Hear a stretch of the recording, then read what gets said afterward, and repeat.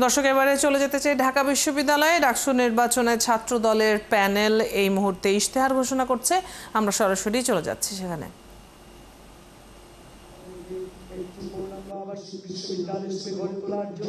প্রয়োজনীয় উদ্যোগের অংশ হিসেবে নতুন হল নির্মাণের দ্রুত ব্যবস্থা গ্রহণ, যেন ভর্তির দিন থেকেই প্রতিটি শিক্ষার্থীর জন্য একটি সিট ও একটি পড়ার টেবিল নিশ্চিত করা সম্ভব হবে।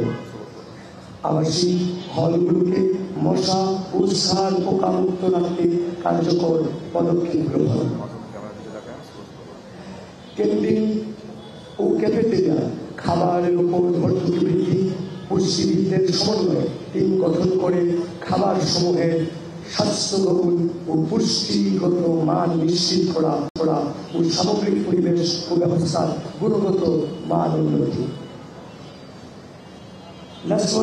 বিভিন্ন অনুষদ ও বিভাগীয় এলাকায় যেমন মোকাররম ভবন, কার্জন হল ইত্যাদি বিবেচনায় এনে নতুন ক্যান্টিন ও ক্যাফেটেরিয়া স্থাপন, যেন সব শিক্ষার্থী সহজে স্বাস্থ্যকর খাবার খেতে পারে।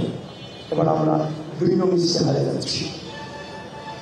আমাদের যে ২ নং ইশতেহারে বলা আছে, নারী শিক্ষার্থীদের জন্য নিরাপদ ক্যাম্পাস ও নারী স্বাস্থ্য সুরক্ষা ও সক্ষমতা বৃদ্ধি। এর মাঝে আছে নারী শিক্ষার্থীদের পোশাকের স্বাধীনতা, যৌন হয়রানি প্রতিরোধ এবং সর্বোচ্চ সামাজিক মর্যাদা নিশ্চিত করুন।